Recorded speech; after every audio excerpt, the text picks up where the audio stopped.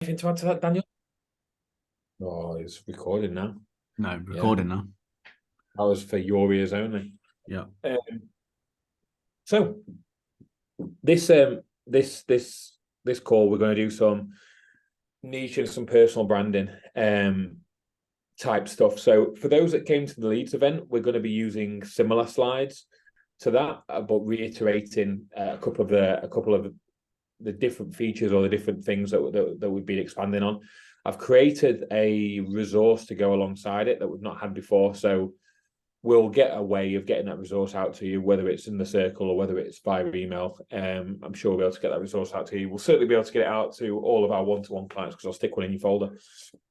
But yeah, so we're going to look at it in a little bit more detail. This has been brought about because we've released the webinars to the public. So rather than just having the video to kind of watch through, we thought it might be quite useful to have us chat through it and then be able to ask us any questions based off of it. So that's reason A, or reason number one, whatever you want to term it. And reason B/2 would be we've both been having a lot of questions about clients who kind of know what their niche is, but they're struggling with how to turn it into content almost. It's like it's all well and good having a big page of a document of, they struggle to stay on track at weekends because they're out boozing with their mates.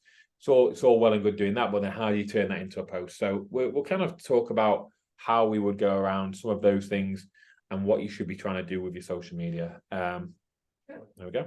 So Yeah, it's just kind of like blending the two things together when it comes to your personality and your content, and it kind of like brings it all together.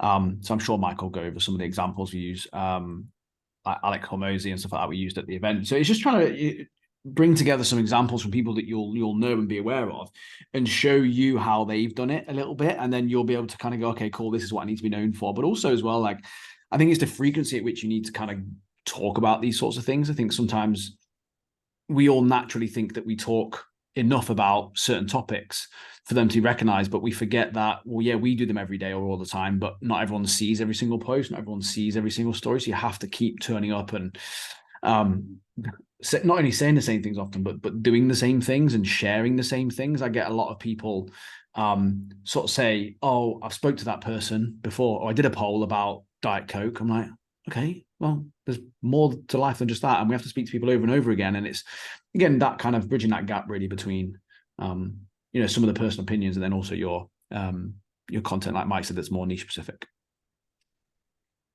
absolutely. So your niche, it's essentially Tinder for business. I think the way that I would phrase it is that people massively overthink what they're doing on Instagram, and I would probably like more people to use it how they would use Tinder, because that's essentially what you're doing. Like with Instagram, think about why you're using Instagram. There's two things that you need to do, essentially, or two things that you need to convey across Instagram. Those two things are who do you work with and why you're the best coach for them. That's it in a nutshell. And that why you're the best coach for them is both in a professional and in a personal sense as well. So professional sense being, quality service, your knowledge, the results that you get, but also the personal sense is all of the traits that make you you, because those are just as important as the professional stuff. Dare I say it, potentially slightly more important to some degree, because I genuinely believe that regardless of knowledge, experience, education, I actually don't think that makes the best coach for somebody. I don't think that that's a predetermined set of criteria that that's the best coach. I actually think the best coach for somebody is somebody who clicks with them on a personal level. So everybody that's sat here today, you will be the best coach on the planet for X amount of people. And I genuinely believe that. And everybody's got varying degrees of different knowledge. Everybody's got varying degrees of different bits of social proof. But it's your personality and the way that you go around things, your values, your morals, your sense of humor, the things that make you click with a person. So again, everybody had a friendship group other than Dan at school. Everybody had a friendship group, you know, other than Dan as adults. And my point of saying that is because your personalities don't exactly match with all of your friends from school or as an adult, but there's a click there. You're friends for a reason, and you're not friends with other people probably for a reason. So my point, therefore, being is that you're essentially looking for friends online. That's essentially what you're doing. You want to be pulling in people and attracting people based off of your personality, so that you know that they click. So that every time that you're posting, they're resonating with it, they're finding it funny, or they're getting some value from it. So that when you're chatting to them, you're actually getting on and building a relationship. So that when they come into coaching with you, there's a bond there immediately. So that when you are coaching them with a bond like that, they'll stay for longer. They'll get a better result because you understand them and they understand you. There's nothing worse than getting a client through the door and there's friction. There's no fit there. There's no common ground. It feels clunkier, and inevitably 9 times out of 10 they don't stay for as long, and they don't get you a result.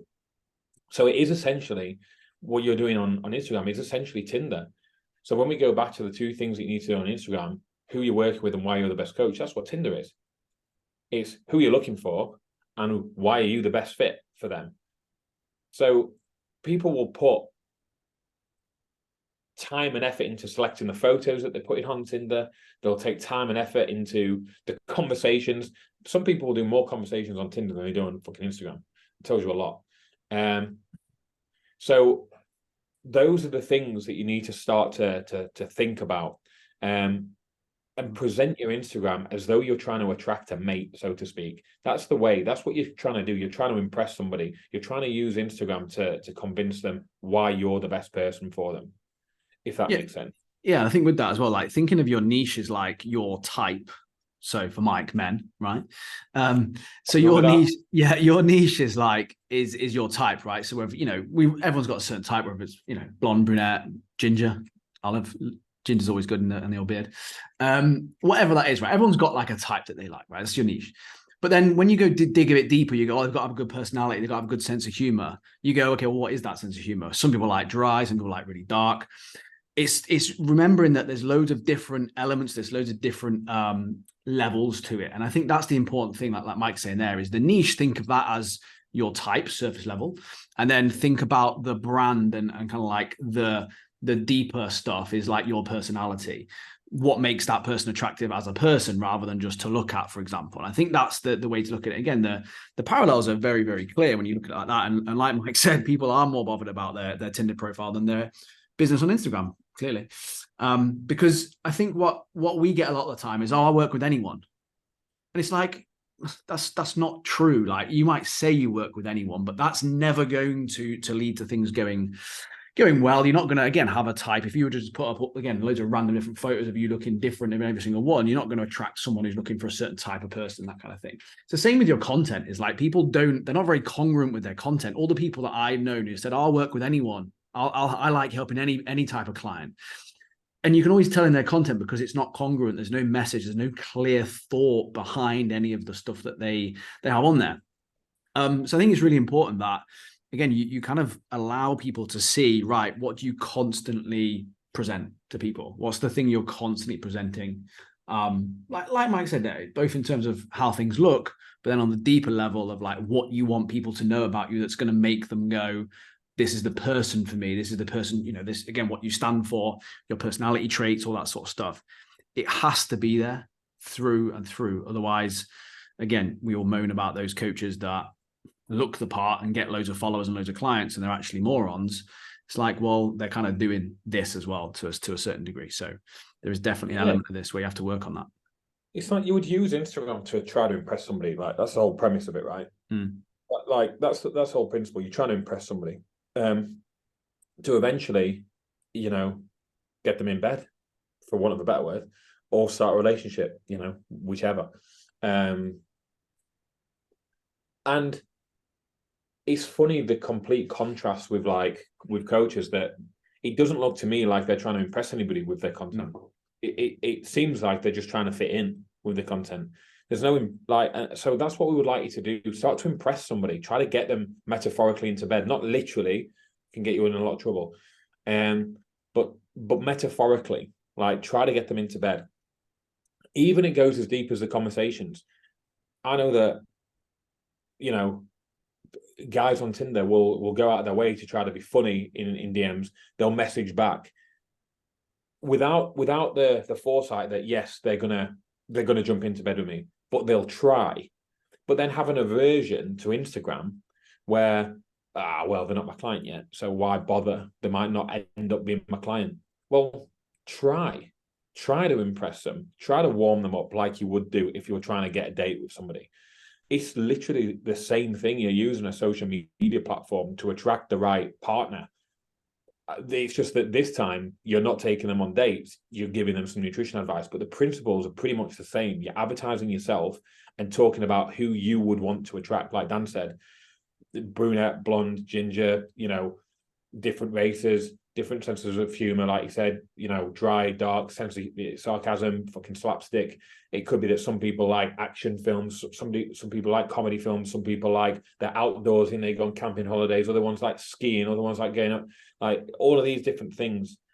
And that's what you would look for in your partner, right? And it's the same thing. You just need to get 30, 40, 50 partners, which I say would be the dream, but actually that's probably a nightmare. Essentially to be your clients, and that's it. So, that's annoying, isn't it? That E's dropped down there. It's now niche. That's how the Americans say it, niche. It's annoying. And then is that just say, yeah, and goal has done. That's because I've moved it from Canva to PowerPoint. You ruined it, mate. For the smart ones amongst you, you'll know that says niche and goal. So your niche. Think about it like this.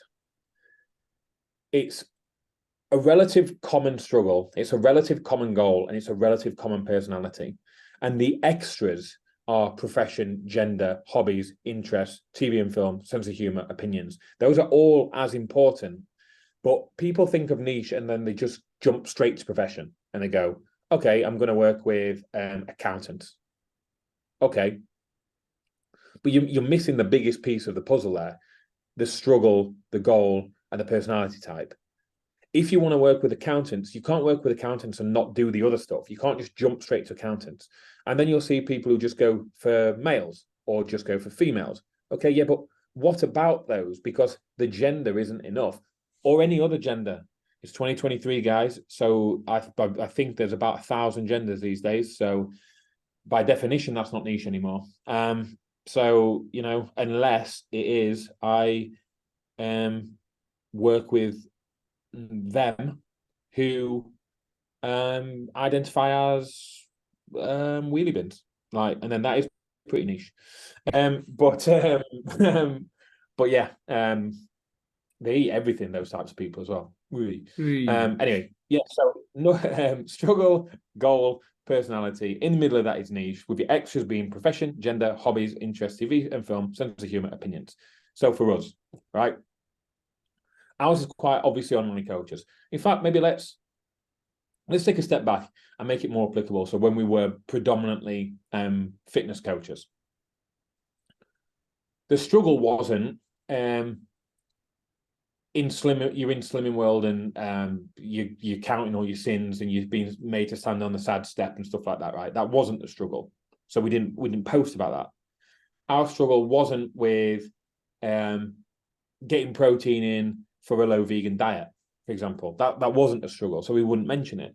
Instead, what the struggles are for us were knowing what information to believe and what not to believe, being told by other coaches what was right and not quite, you know, getting the results through that you would expect, being given a meal plan when they didn't necessarily need it, struggling to stay on track on a weekend because they actually like to socialize, wanting to get serious results, but not wanting to prep all the food. That was a struggle, that they didn't have either A, the time, or B, the motivation to track all the food. So those were the things that were the common struggles. The common goals were probably something, you know, along the lines of 9 times out of 10, it would be to get into photo shoot shape or similar. Like, that would be the goal. The goal wasn't usually lose 6 stone. The goal wasn't usually do a competition. The goal wasn't usually run a marathon. our goal was roughly get into photo shoot shape. And then the personality.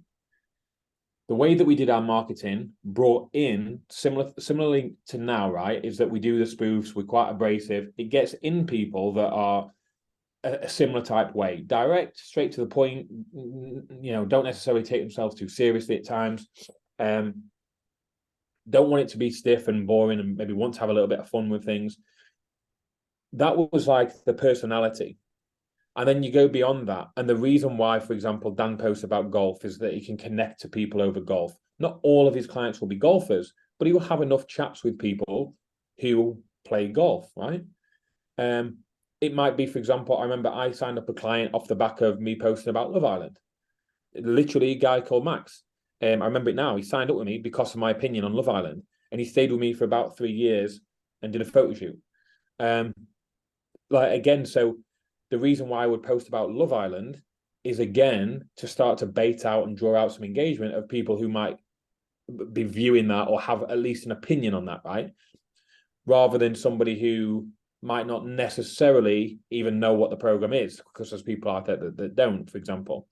So you can start to see how it all starts to tie together, that you're talking around common struggles, common goals in a certain particular voice of yours that kind of demonstrates the things about you that makes you unique in terms of your values and your opinions and your hobbies and your interests and the things that you do. And then people will start to connect with you over those things. Yeah. Does that make sense?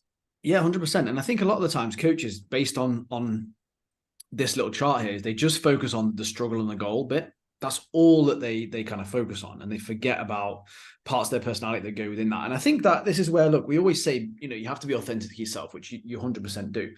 But I had a consultation call with someone literally just before this call, and I was talking to him about his niche, and like he wanted to work with like bodybuilders. He was quite a big guy, bodybuilder himself, really into training, all this sort of stuff, right? And for his niche, he needs to share more of his personality around the gym, because it's a huge part of their goal is that they're bodybuilders. They care more about the gym. A gym takes up more of their life, right? Overall, they care more about it. I said to him, if you were working with Weight Watchers or so more people, I would suggest you don't share anything about the gym for you or anything about your personality surrounding fitness, because it's complete opposite to what they would be after. They would actually spend more time talking to you about Love Island and all those sorts of things. So again, it's almost like a dimmer switch of like which elements of that and of your life and of your personality that you put into certain things. That I think is really, really important to remember as well. Is it's taking those bits of your personality in your everyday life and going, right, well, how does this relate to my niche, people I want to help and I want to work with? Because I've seen some people who've got really, really, I suppose, quite unique things that they do in their life, and they go, oh, have I got to share that? And I'm like, well, no, like you don't have to share that at all. It's making sure that you open yourself up enough in what you're doing that is relevant to your niche, rather than just throwing out random shit. So the whole thing about me with Jordan Henderson and Liverpool, right? We've talked about this before. I actually don't hugely care about Liverpool or Henderson, but I know that my niche and the people that I want to work with probably watch football. And so I'm putting my opinion out there on football to speak to people who like football, because I can have a chat with them about football. And I used to work in football, in case you know. But it's that whole thing of like, I can have a chat with them about that, and it's relevant. Now, I don't have to post that. I could just not bother. But there's other elements to what I do in my day, which I don't talk about because it's just not relevant to my niche, to those people. It's not relevant to their life. That's going to make us connect on a deeper level. I don't know if that makes any sense, but like, it's just important to remember that. I think with it, like Mike does his opera singing, but he doesn't talk about that. Do you know what I mean? He's sharing certain stuff that's useful to you. Give us a rendition, mate. No, I don't. But does that make sense? Like, does that make sense? Like, it's not just share everything. No, don't just share everything. Like, again, you wouldn't just share everything on Tinder straight off the bat, right? You'd give them enough of something that's going to get them excited, and interested in what you're doing. And then that's enough. That's all you need to share. I think there's this common misconception where we sort of say, share your life, share your personality. And people going, oh, fuck me, I've got to do everything. It's like, no, but stuff that's relevant to the people that you want to work with that would actually take an interest in. Yeah. Hopefully that makes sense. Literally that. Ollie, I signed a client up last week from sharing my opinion on my girlfriend leaving shitloads of pretty pillows on the bed. I said they were the most useless thing on the planet. He said it was the most relatable thing he'd seen all week and signed Literally up. The same. I think my most engaged stories on Instagram have been me talking about Laura's cooking, me talking about a fucking itchy pillow that I had on. We've got an itchy pillow. Why the fuck have you got a pillowcase that's itchy? What is the fucking point? And again, all the girls were like, it looks good. You're not supposed to sit on it. All the guys, you're supposed to fucking sit on it. What's the fucking point? Right? Exactly. And like I bet Mike's the same. All of our most engaged stories, the ones that get the most engagement, are all stuff completely unrelated to fitness, but again, cause people to give their opinion or want to give their opinion around certain things. And a lot of it is to do with very, very simple, basic stuff like that, where it shows common, not arguments, but common little quibs you have with your partner at home about certain stuff. And people go, oh, that's just like us, just like me. They want to feel connected on about all these sorts of things. And that's where all the things on the left there Mike's talking about, they're all common things that people having, that they like to talk about. They like to share more so than they like to talk about fitness shit. I've had loads of people talk to me about all those other things more than I have about online coaching and building a business. But yet they reach out and go, hey, Dan, can you help me build a business? But I've never talked to them about it.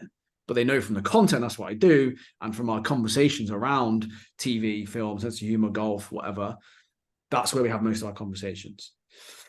Logan, Mike's highest engaging stories about wiping his ass. Yeah, it genuinely was. The most votes ever on a poll was, do you do it now? Do you stand up or sit down to wipe? No, don't wipe your ass now. No, don't wipe it now. But No. put it in the chat. Put it in the chat. Do you stand up or sit down? Which are you? Because I stand up.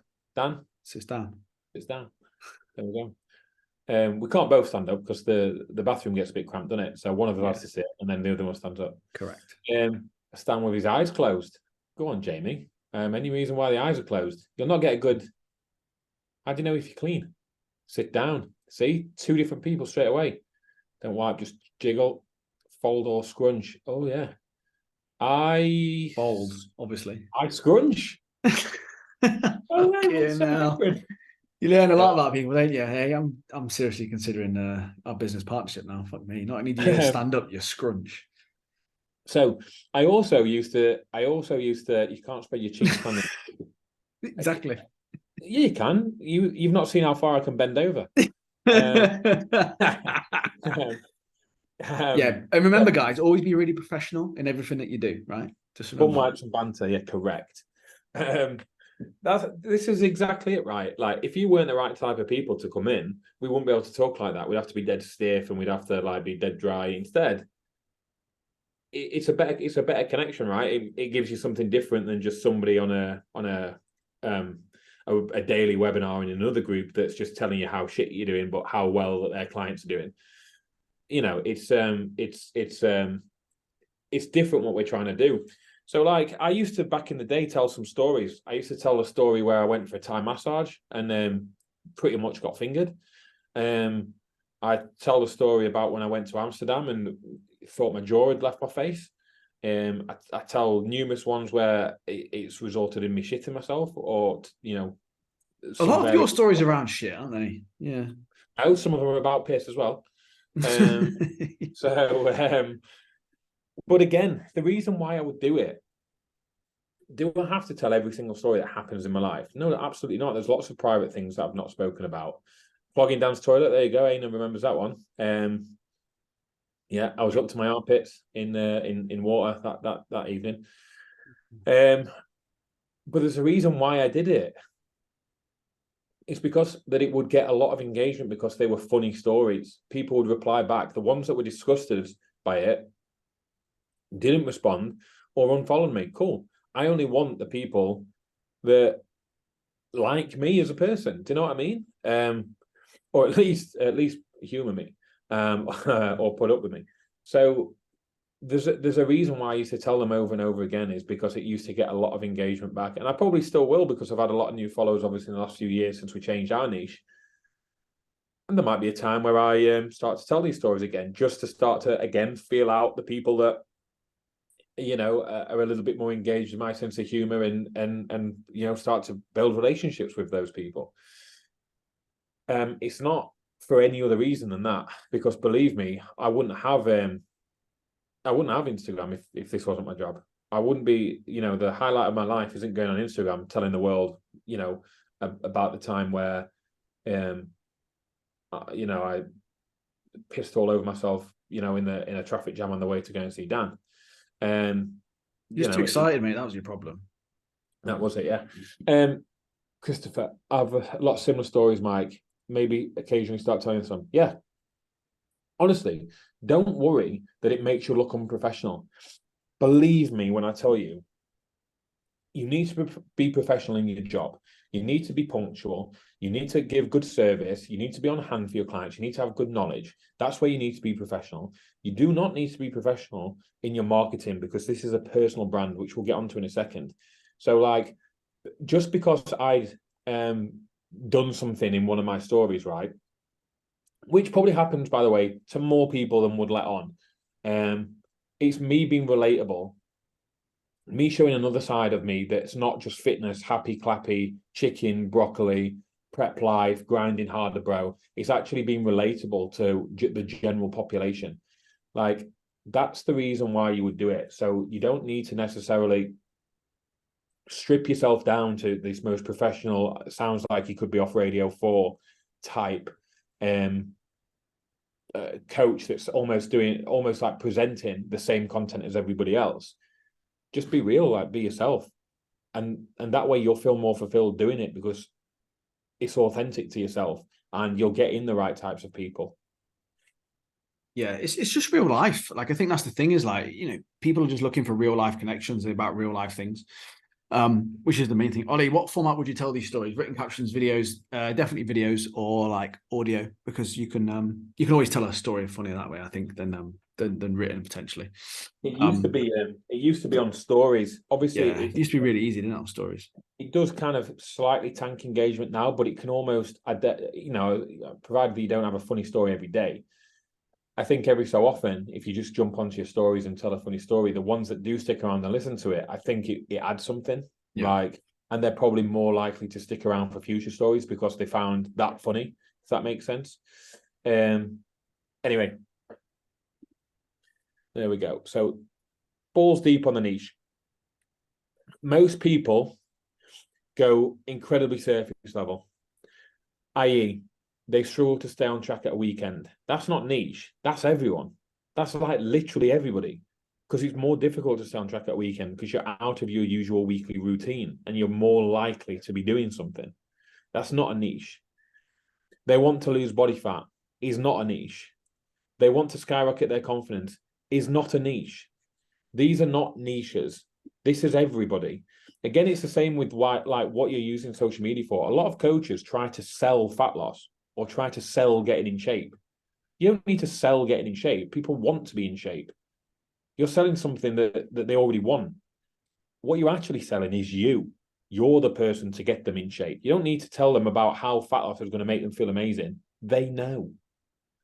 That's what they want. If they're overweight or they wanting to lose some weight, they already know that they want it. Whether you tell them that they should want it or not won't make a difference. You need to go deeper. It's the why. So using the first one, they struggle to stay on track at a weekend. Let's look at 5 different scenarios of 5 different niches that might struggle to stay on track at weekend. Niche 1, they're a competitor and their meal plan is way too restrictive, so they binge on a weekend. Person 2, middle-aged woman with 3 kids, takes them to this class, that class, the park, so on and so forth on a weekend, so a bit more busy. Niche number 3, early 20s guy on a Tinder date every Friday, Saturday night, so very difficult to stay on track. Person 4, 36-year-old guy, plays for the local football team, goes to the pub for 6 pints after. Person 5, let's just say disordered eater, somebody who displays symptoms of disordered eating. Those are 5 different niches that you could market to, but all with the same struggle to stay on track at a weekend. What with? What's the struggle? Not you struggle to stay on track at a weekend. What's the struggle in terms of what though? So that's the way that you should be delivering it. And it's also the why is the big thing, but then it's also there's always a behavior related to it. So there's always a decision that's made at some point. And again, it's about identifying that point with your niche as well. Okay, so the struggle to stay on track at the weekend, like I just said there. Well, the guy at the football club, his decision, his behavior was made at 4:45 after the football game was done, and someone said to him, right, you're getting a beer. Do you want a beer then, or do you want a pint? There was a decision made, something was said. Likewise, the person, the competitor, right, who couldn't stick to his meal plan. There was something that happened in that day that's a different time of the day and a different trigger. I was referred to this as like a trigger. What's the trigger that makes someone have to make a decision? Because during the week, the triggers a lot of the time are they're based on time. They're based on the time of day and the timetable. So the trigger is getting dressed in the morning, leaving the house, getting to work, coffee break, lunch break, mid-afternoon break, whatever, or those types of things. Those triggers happen throughout the week. So I would always recommend people as well, during the week people struggle with things, is, well, why do they? And what's the trigger that makes them think a certain thing when it comes to during the week? So the weekend, the reason people struggle at weekends is that the triggers aren't there. The triggers are actually more ad hoc. The triggers come about from other people or other situations they find themselves in. So again, another one that people do is, they struggle to stay on track at social events. It's like, yeah, sort of everybody does. But what happens at that social event that someone says or someone does that makes them then have to make a decision? And then why do they make that decision? Because we all have clients, right, who have social events but stay on track now. Well, why is that? Well, because there's something in that trigger now that's made them think differently because of the fact they got accountability or whatever it is, right? So it's just remembering that throughout all this, it's not necessarily just the, well, why do they struggle to do these things? It's the, what comes up at those things that makes it difficult for them to stay on track. What is the trigger in their day or whatever that makes their behavior change? Because I would bet most people, if they were to live their life the same way as they do Monday through Friday, in the weekend would A, find it easier, but B, there's also stuff in Monday to Friday that they struggle with because they probably start the day okay, or they start Monday okay, or Tuesday okay. What happens then Tuesday, Wednesday, Thursday that means it's more difficult? It's usually, again, around stress, around lack of energy, around not having loads of great sleep, whatever it is, right? Calendar getting filled. Other people putting stuff in their calendar means that they can't do it. Kids are ill, or I don't know, right? But my point is that within your niche now, you don't just have the what are they struggling with, you have the triggers throughout their week that make them A, feel a certain way, and B, present them with two decisions usually. Stay on track or not stay on track usually is the decisions. But you need to go through each day of your client and go, right, what are the triggers? And where do they always fuck up? And what decision are they making? And what do they say to themselves in their head? Because if you can get that into content, people start sending those messages then where they go, oh, it's like you're in my head. It's like you already know what I'm doing before I've done it. Well, yeah, because humans are predictable. We know what they're going to say. And this is where I think that if you currently have a lot of your clients who are your niche, is doing if you can, do like a Zoom call with them and ask them all these questions, like before coaching, what would you have done? What would you have said? Because they may say things in a slightly different way that you would say them, but your niche, or a lot of people that are like that, would say it in that way. So if you can get the exact words or the exact terminology that people use, then you can use that within your content as well. I think that massively helps that emotional connection. They go, like, it's like you're in my head. It's like, you know what I'm saying. It's like, you know what I'm thinking. That's what you want people to say. It's like, they've not told you their problems, but you know what they are. And their problems, like I said, are the thought process when that trigger happens. Because people go into the weekends thinking, oh, this weekend I'm going to stay on track. I'm going to be good this weekend. And that trigger comes along and they have a decision to make, and most of them buckle. And it's that sort of stuff that you need to get in to content, like we said, is beyond, oh, I want to fit in a pair of jeans. Yeah, but why? How do they currently feel when they get into their current jeans? Right? They're the triggers. They're the things that then spark that in their head to go, fuck me, I'd love to be back in those other jeans again. Well, why? Because these ones cut in here. These ones feel like this here. They make me feel like this. It's going much, much deeper. And I don't think people spend long enough on this niche stuff and spending an hour asking themselves these questions. Yeah. Again, just to touch on that as well, is that nobody wants to lose a stone in 90 days. They want what losing a stone gives them. No one cares about the real number. You want what losing a stone gives you. You want to be able to get changed in front of your partner for the first time in years. You want to feel confident actually taking your top off on the holiday rather than having to cover up and wear a vest. You want those things. The actual number doesn't matter. It's the same as nobody wants to be a millionaire. The actual number doesn't matter. You want what being a millionaire gives you. Security, stability, safety, status to some degree probably. Those are the things that you'll probably want. It's not necessarily a number, because it wouldn't matter then if you really had £999,999, would it? There's no real difference. One of them you're a technical millionaire, the one technically you're not. Appreciate there's only a pound in it, but you get what I'm trying to say. It's the actual things that it gives you that you need to start to think about. So brand, become fuckable. Branding is not a logo and pretty colors and a useless link tree with a PDF onboarding document. That's not branding. Like, a logo's a logo, great. Using brand colors, superb. But imagine if we had our branding, right? The blue and yellow, that particular font, the way that we use cartoons, right? And that's done. But yet our message was all over the place. Sometimes, let's just say we were uber serious, and we were one of these people that took ourselves. Let's just say we went to work in a waistcoat every morning. Let's just say we put a waistcoat on to work from our home office. Let's just say we were that type of person. And let's just say we were full of ourselves. And then let's just say that our marketing, sometimes we would talk about building a 7-figure business. Other times we'll be talking about getting your first 10 clients. The reason why I've just explained those things are, you can't have our logo and our branding, business and banter, and then wear a waistcoat to work and act like a knob, right? You can't claim that you are a certain way within your branding and then be incongruent with the message that you're putting out. You then can't flick from working with 7-figure fitness businesses to getting in your first 10 clients, or to using this particular tool or this particular product or this particular scaling system or building this particular team, because it's all over the place. Instead, what makes more sense is that we have a logo and a branding that's got the word banter in it, so that we can't stop doing those spoof videos. Like, we can't stop putting out some form of humor with our content. We can't stop dicking around on some of these calls and swearing and using daft analogies and doing some of the quizzes. We can't stop doing that because it's within our brand. If we become really corporate and clinical, it doesn't marry up right, and it's not us. So your brand is much deeper than just the colors that you use. A lot of people go, oh yeah, I've got pretty, I can use Canva. Oh, okay, well done. That's not branding. Branding is what you stand for. It's the association.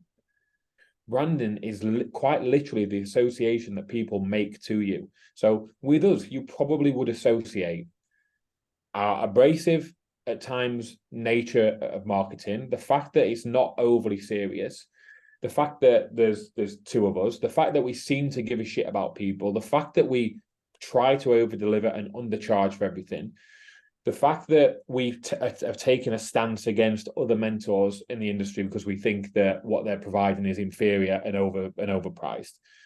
Those are the things that our brand currently stands for, and what people would probably associate us with. When you think of us, that's probably what you would associate, not just the logo. So that's what a brand is. So just like your Tinder profile, you need to sell yourself. You're not Apple or Mercedes, so stop trying to be too professional. There's this image of, right, everything needs to be clean cut, really professional, really slick, well branded, Canva image this, it all looks great, I've got my logos plastered on everything. You don't need to do that, because some people just want to work with you as the person because actually they seem okay. I feel like I do okay taking my kit off and sending my progress photos into those people. They seem relatable. Interestingly enough, I went for dinner with a friend on Friday. I've known him since I was maybe 16, something like that, and he's just joined up to. I don't know whether Will or Sam are in here. I'm probably guessing Sam's probably in here. Maybe both of them, to be fair. But they've got a joint group coaching program called Trident Transformations, and Luke, my mate, has just signed up with them. And he said to me, "Oh, I've joined Will and Sam's Trident Transformations." He was like, don't know whether this is a positive or a negative thing, but I signed up with them because it reminded me of you. I was like, no, it's a really positive thing. I was like, in what way? And he was like, they just seem like normal blokes. Wicked. Like, that's why you sign up with them, is because they seem like normal blokes. So be a normal bloke or a normal lass. So moving with a bit of foresight to the next slide, if you think of your brand as a pie with a list of ingredients, right? Add whichever ingredients that you want. It should be unique to you. So like what I've just said there about our anti-mentorship stuff, the bit of spoof humor, they're taking the piss out of one another, the over delivery, the undercharging, the high levels of service, all of these things are put into our pie. Okay. We've then got some secondary things that we would put in, and we get onto primary and secondary in a second. And they would be like, for example, golf, football, Dan's missus is cooking. There's been various times. I don't do it as well as what I would like to because of my workload, but you'll probably see us shift back towards that with some of the changes that we're making. But back in the day, it would be some of my daft stories, aka my sense of humor, so on and so forth. So like the brand, the pie should be unique to you, and everybody's going to have their own unique pie. Nobody should be the same. Nobody's ingredients should be exactly the same, because you should all have your own opinions and values, thought processes, hobbies, interests, the way that you coach, your service, the way that your brand feels. That should all be unique to you. So some of them might be very similar, but none of them should be specific. They should all have their own different bits of ingredients in there. And then it all blends together and makes that pie, aka your business, your brand. Mm-hmm. Too much pie? Whole pie. Savory or sweet, though, isn't it? That's the first question. Divine opinion. Savory. Ooh. Savory. So I like sweet. Okay. There we go. I do. Oh yeah, really? Sweet pie. Oh, I like sweet pie. Nice apple pie, bit of ice cream, custard. Yeah, I do like apple pie. Yeah, I like apple pie, but like saying that crumble's better than pie in it as well. But crumble. No, I'm just getting hungry. But yeah, look, I think that's the way to look at it. Is and we talk about. We talked about this previously about your own journey as well, like in terms of your gym, your fitness, your nutrition, and stuff like that. And I think this is where also another element of your brand is like it's the inspirational stuff. I just think a lot of the time as coaches we don't show enough to our audience that we're aspiring to something as well. And it may not be for you guys now your physique as much. It may not be that sort of thing. But again, I come back to the golf shit. It's like I sort of document some of the stuff I do with golf because it's like, no, I am putting in the effort. I am trying hard. I am practicing. I do have bad days and good days. And I think there's elements of that people look at and go, okay, cool. Well, like Dan's obviously putting the effort in. He knows that it's, there's delayed gratification and stuff like that. So it gives me the ability to try and show people, look, I'm also on a similar journey to you where I'm trying to build something and it's hard and it requires, coaching and all these sorts of things.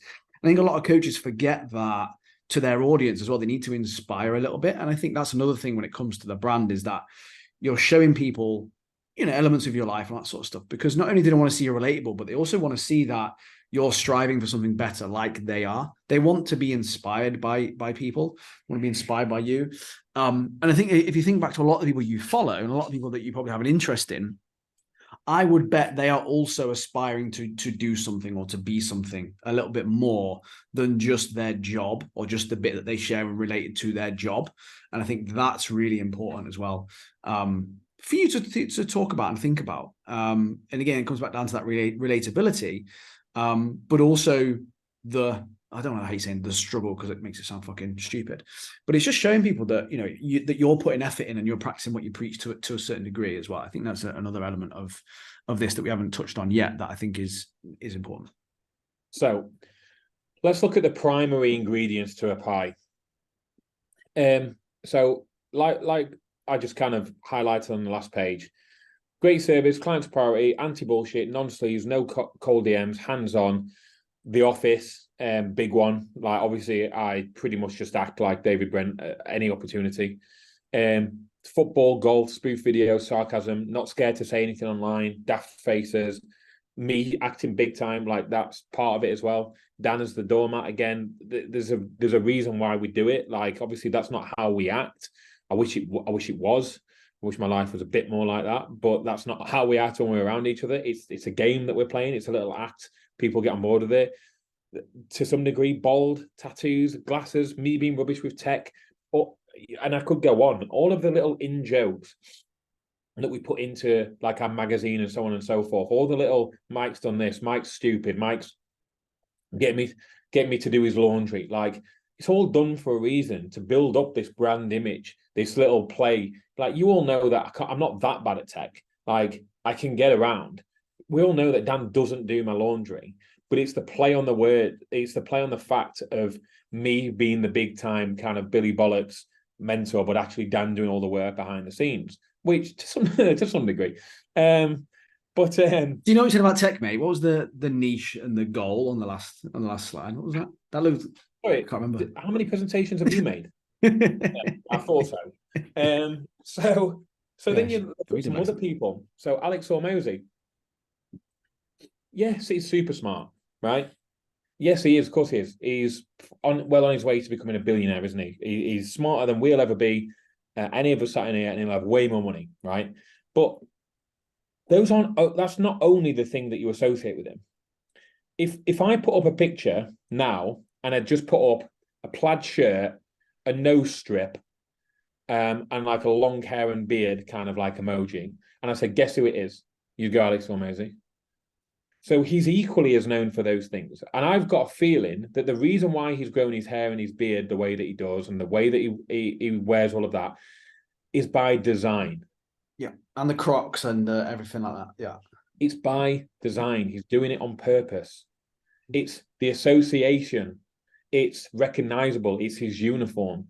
It's what you would associate with him. He becomes then recognizable, right? All of those things. James Smith.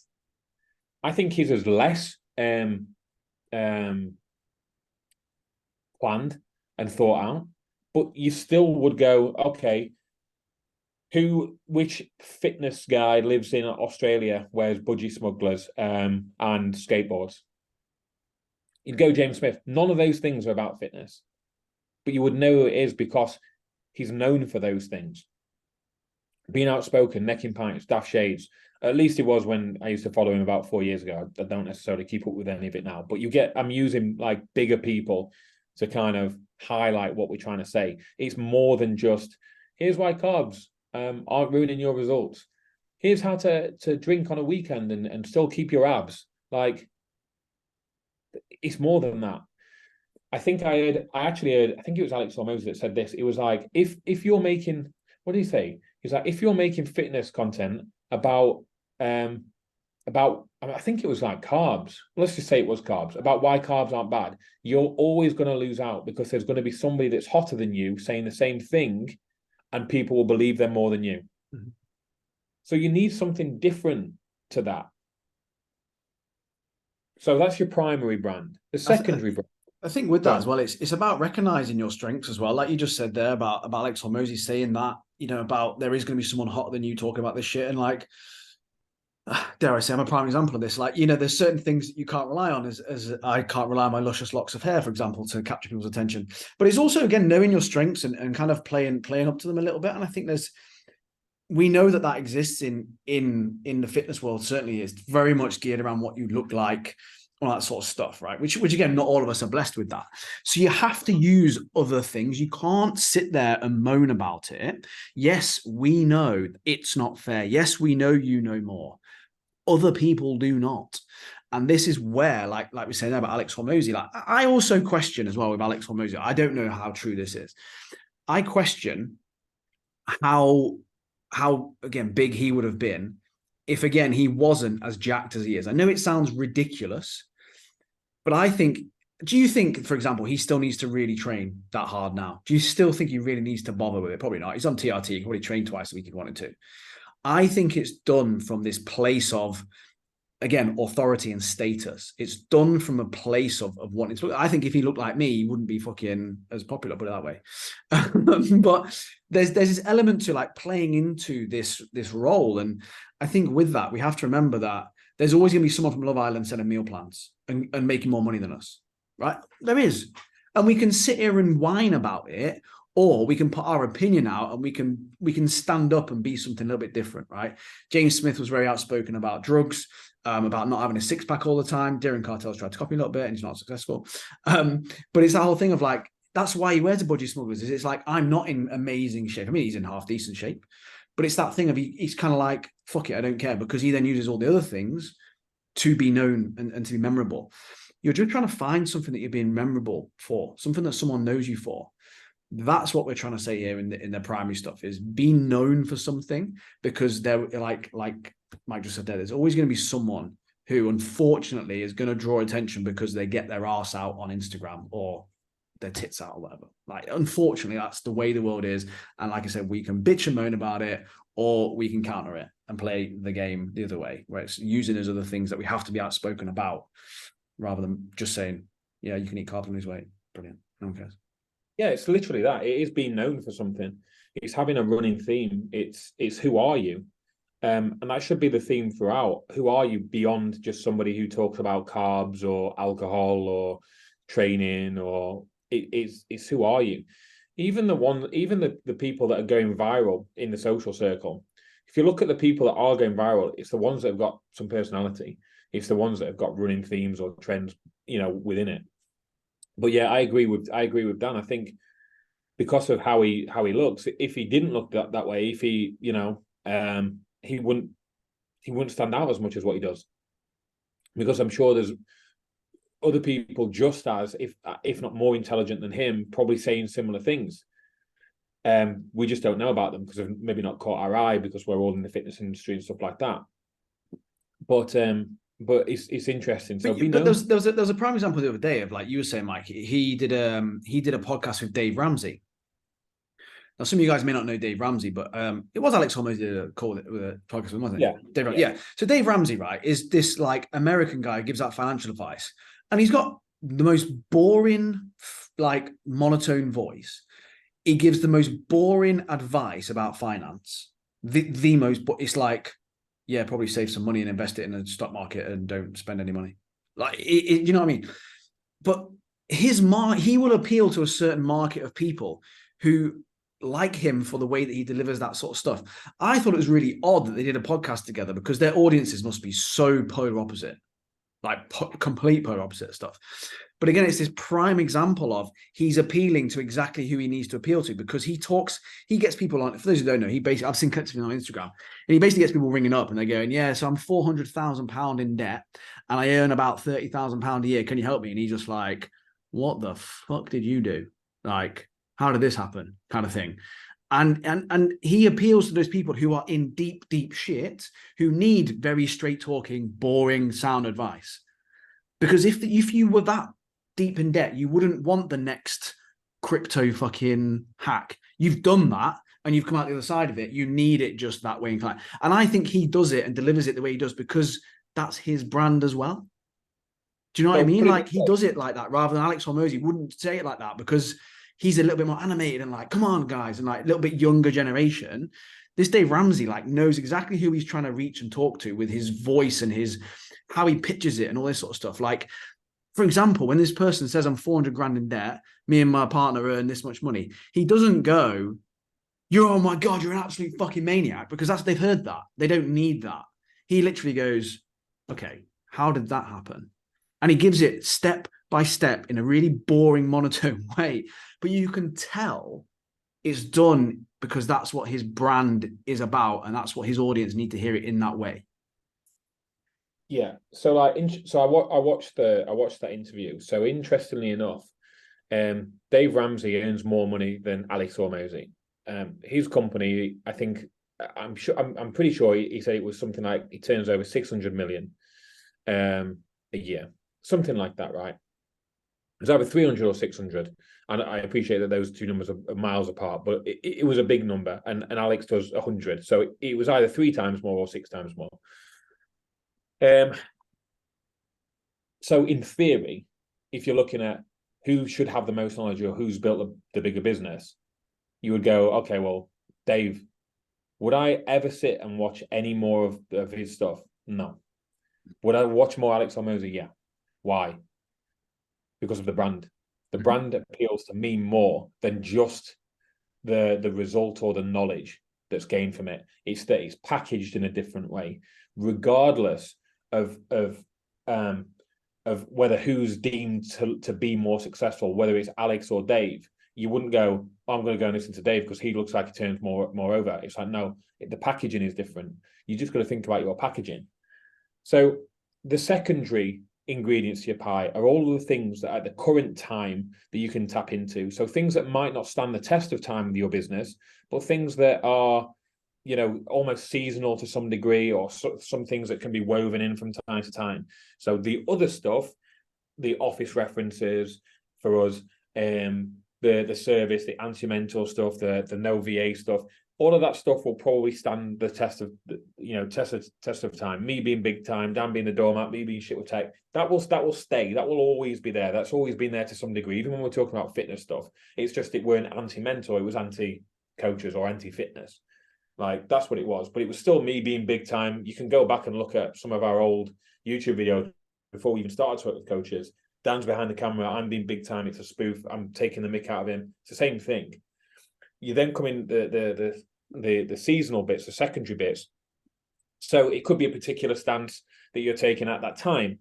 So like for us back in the day, anti-Instagram bodybuilding, which depending on the trend that they're going through, depends on what you're then saying.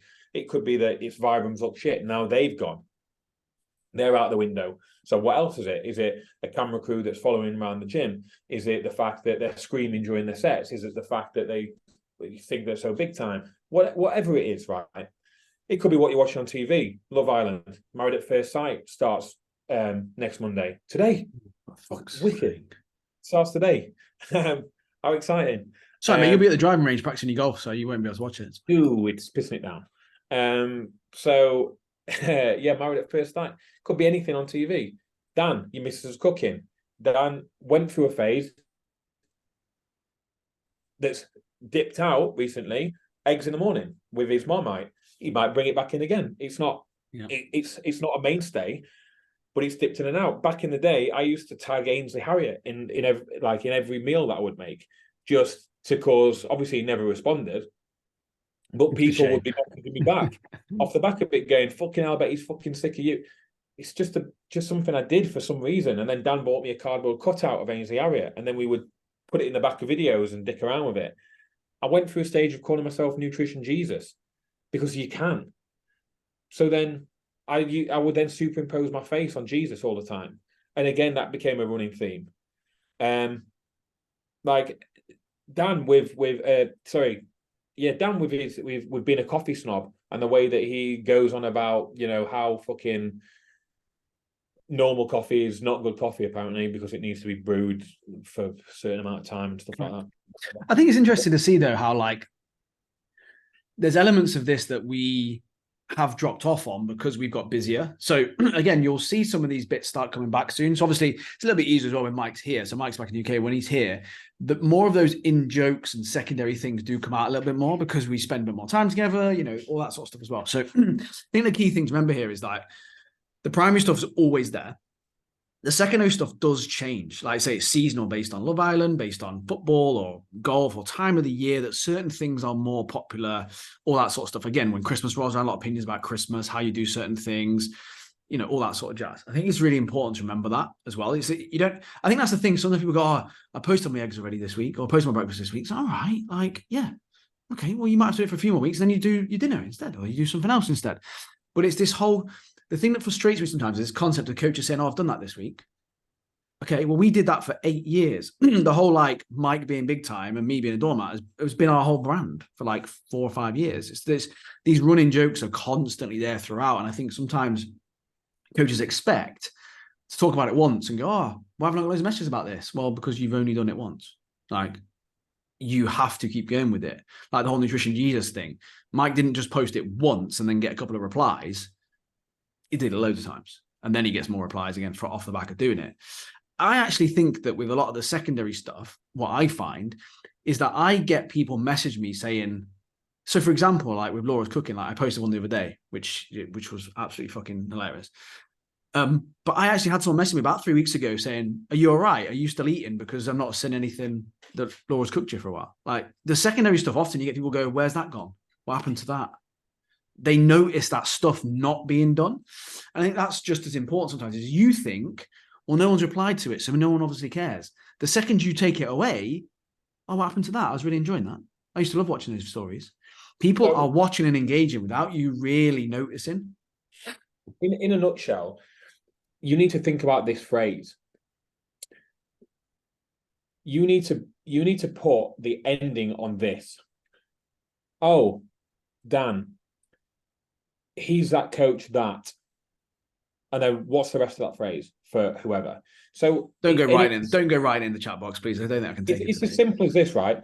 Let's just say if I just decided to start to wear a sombrero, right? Let's just say I just decided to wear a sombrero all the time, and I just did all my videos in a sombrero. What would I be known as other than a cunt? Yeah, I was to say. I thought you were going to say. I thought you were going to say. Then, what if I was to do all my content videos in a waistcoat? What would I be then? And I was going to say, Yeah, cunt. Yeah, other than a cunt. Yeah, yeah. So if I did it all in a sombrero, and let's just say for the next year I did all my videos in a sombrero, people would go, "Oh, have you heard of these people? You must have seen that mentor. He does all these fucking videos in a sombrero for some reason. It fucking stands out." Now, am I going to wear a sombrero? Probably not. Dan probably should wear one, to be fair. But so you get the gist is that you could be known for fucking anything, like anything that you can be known for. That's almost like what Alex Hormozy has done, isn't it? It's almost like he's done that. He's that guy that wears an acquisition hat backwards or fucking forwards or whatever. It covers his mop of hair and his massive fucking beard. He's got a plaid shirt on with a vest underneath it that says acquisition.com on. You can literally name what he's saying. Crocs, really, really tight jean shorts, massive calves. It's the same. If he stopped wearing a plaid shirt, no strip, a hat, and he shaved his head, people would be like, "The fuck?" Like, because it's as much of his brand as the stuff he says. It's just that coaches don't have that. Coaches think that their brand is the thing that they're saying, "Oh, you don't need to stick to a meal plan, it's a calorie deficit." Okay. Now that's you in the bracket with the other million coaches that are saying exactly the same thing. So what's different then? Nothing. Mm-hmm. Right. Well, I use the branding color red. Great. Brilliant. Nothing. Like, so you've got to have something. So we've created this for you. And it's the personal brand pie, and we'll get this out to all one-to-one clients, and we'll find a way of getting into the group. It can be a little bit difficult with stuff like this because you rely on people doing file, make a copy. Yeah, it can be. So in the top left is your prime ingredient. So when you get access to this, I'd like you to all write down all of the things that will be a mainstay for you in your business forever, not just professional but personal. Then the secondary ingredients. So the things that you're going to pick up on now. So is it that the football season's on? Is it that Married at First Sight started? Or are you going to start to call yourself fucking Nutrition Jesus or Omelette King, like I used to? Please don't do that because it's mine. But think of the secondary ingredients that you can put into the pie. And then the values. What do you stand for and what do you not stand for? Those are often massive things that you can continue to play on throughout your coaching career. Excuse me. Again, very, very similar to us, where it's quite clear what we stand for and what we don't stand for. You get it through near enough every bit of content that we make. Every fucking call to action that we do on our carousel is for a members group that doesn't cost you a kidney that tells you to call the. Literally, you can see it. It's in our bio. It's not a VA that's in my DMs. It's everywhere. All of our values are everywhere. You know exactly what the brand stands for. So what is it that your brand stands for and what doesn't it stand for? And how can you get it across?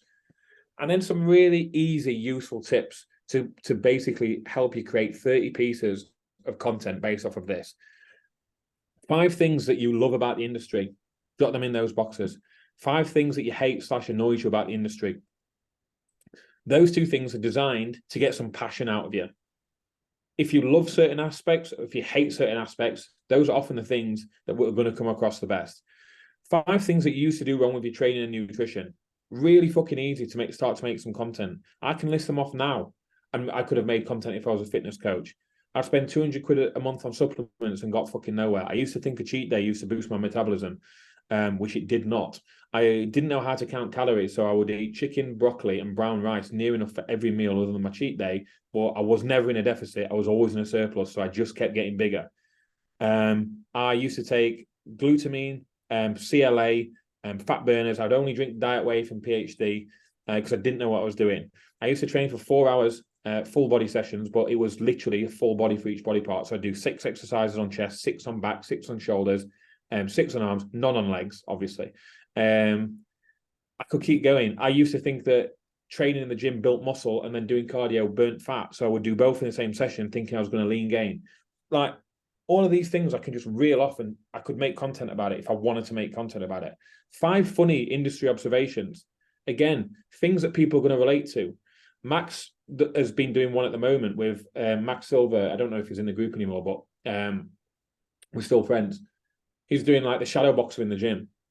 Like I bet he's getting some great engagement off that. Like, so I used to talk about the shadow boxers in the gym, or the different types of characters that you would get in the gym. So 5 funny industry observations, really easy to start to make. Like literally, it's as simple as putting a caption up today, like a tweet style post, and go, somebody tell the guy that's sparring to the mirror that it does absolutely fuck all. Or can somebody tell the bloke in the by the weight section that having your nipple out doesn't increase muscle gain? Like it's just stuff like that. Like, and it sounds daft because you're helping nobody, but you're also showing what your values are and what your sense of humor is like. Then 5 things that you see other coaches doing wrong.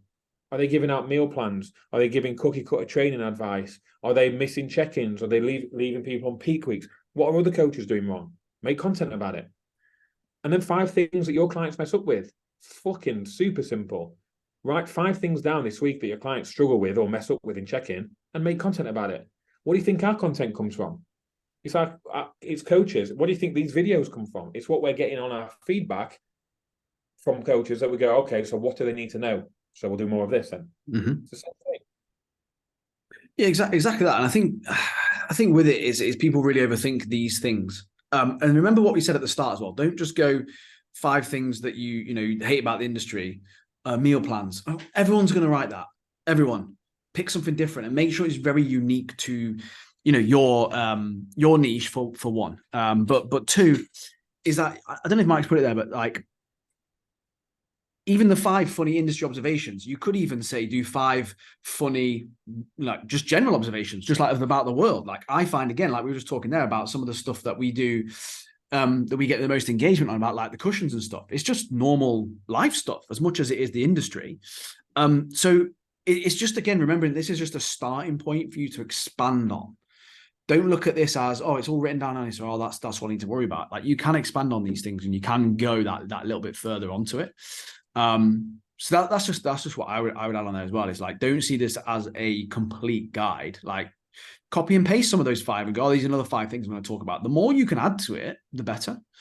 Yeah, that's it. Yeah, I think like the more you can stand for something, it's going to separate you straight away, rather than, like I said, what I think most people are going to do on here is go, again, 5 things that annoy you about the industry, and they're going to go meal plans, Instagram models giving out meal plans. It's like, don't just write the first thing that you think is the right thing. Spend some time actually planning it out, actually thinking about what's going to make you unique and all that sort of stuff as well. Yeah, it should be unique to you. So, for example, right, for us, if you saw another mentor now that started to go, here's why you don't need a VA, here's why you don't need to send cold DMs, here's why recurring revenue beats upfront payments, here starting to do spoof videos, you would go, well, they're copying Dan and Mike. You all would, because of how we've done it, because it's all come out of our brain that we've created that content. Now, if anybody starts to say similar things, they're going to look like a knockoff of us. So, and that's only born about the things that we're truly passionate about, the things that we truly believe in. Cannot selling upfront packages work? Yeah. Does having a VA work for some people if they're trained right? Yeah. What was the other stuff? Does cold DMing work to get clients in? Yeah, it can do. Yeah. We're not refuting any of that, but our message is this: here's what our values are. Here's how we built our business, and you can't argue with that, because none of those things we've done, and we built our business that way. So we're going to show other people how to do it as well. So if somebody else started to copy that, then it becomes inauthentic to them. So like the things that you stand for, it should be authentic to you. And that's what we mean by every single ingredient will be different to somebody else's. So there probably are other mentors out there that believe that you should probably charge recurring revenue. But not every value or not every opinion will align. So their pie will look slightly different to ours. When somebody's pie becomes exactly like ours, we know that they've copied, if that makes sense. So pulling it all together, make sure you blend the two, niche and brand, within your content. And this will ensure you attract the right people, bring in the right clients, retain clients, provided the coaching is good, and get better results. This should all be an undercurrent throughout your socials. So when we talk about this isn't just the next 3 posts that you make. This is forever. So like Dan said, I didn't just call myself Nutrition Jesus once.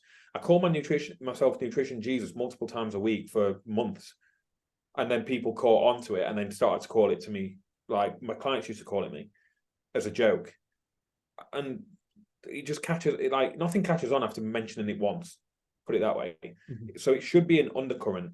It should be that for anybody that, I mean, it's going to be unlikely, but anybody that doesn't follow Alex Hormozy, go and follow him for a month, less than that, a week, and you'll know all of those things that we know about him.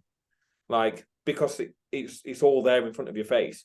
When people go, I've got a wicked sense of humor, and then they post one funny thing, and then it disappears. Well, are you funny? Or what, you expecting people to scroll down and see your one funny post? So, again, I've brought up to the top of our page 2 spoof reels because I appreciate that we've not filmed anything for a little while. And I didn't want to go a period of time we're not having something that's what we're known for near the top of our page. So I started to post a bit more of that. So it needs to be an undercurrent. Make yourself known, stand out from the crowd, be authentic, talk to who you want to talk to, not what other coaches are doing or saying. Put it all out there. And if worst comes to worst, you're probably going to have a pretty good fucking Tinder profile after this. That is it. So any questions, guys? Feel free to ask us anything. It can be niche, can be branding, or it could just be anything at all. Don't be shy.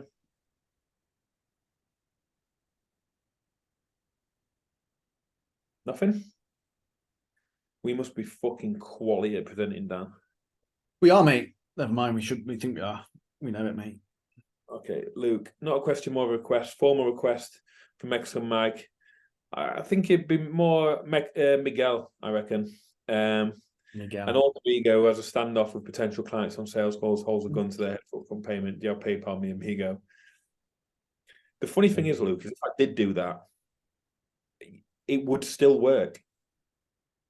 Do you know, if I had that 2-3 times a week, and that's what I was known for, he's that fucking idiot that does those videos pretending to be a Mexican and doing standoffs with potential clients, trying to get them into coaching. But then also, don't forget, you've got to back it up with results. We can't just sit here and slag stuff off and make funny videos and get loads of clients. We obviously back it up with a lot of results. So that's something else. That's another fucking topic. But if I backed up what I was saying, yet did those videos that Luke said, it would still work. It's fucking simple. Yeah. Right. I think there's a bit of that with coaches, is that it's the fear of sharing their opinion or doing all this sort of stuff and being called out, and like, honestly, other people don't care that much. And I know you get worried sometimes about putting yourself out there and all this sort of thing. And people get so worried about being called out, or like, who am I to call myself Nutrition Jesus? And like Mike said, you have to have the results to kind of back it up to a certain degree. But it's just having the belief in yourself to go, no, I am good enough to say these things. I am good enough to do all this sort of stuff. I think is key. And I think it's having that belief, because as we mentioned loads of times, if you're not going to shout about your business, if you're not going to put yourself out there, who is, right? So I think that's important as well. But anyway, I just realized I'm still recording and there was a question.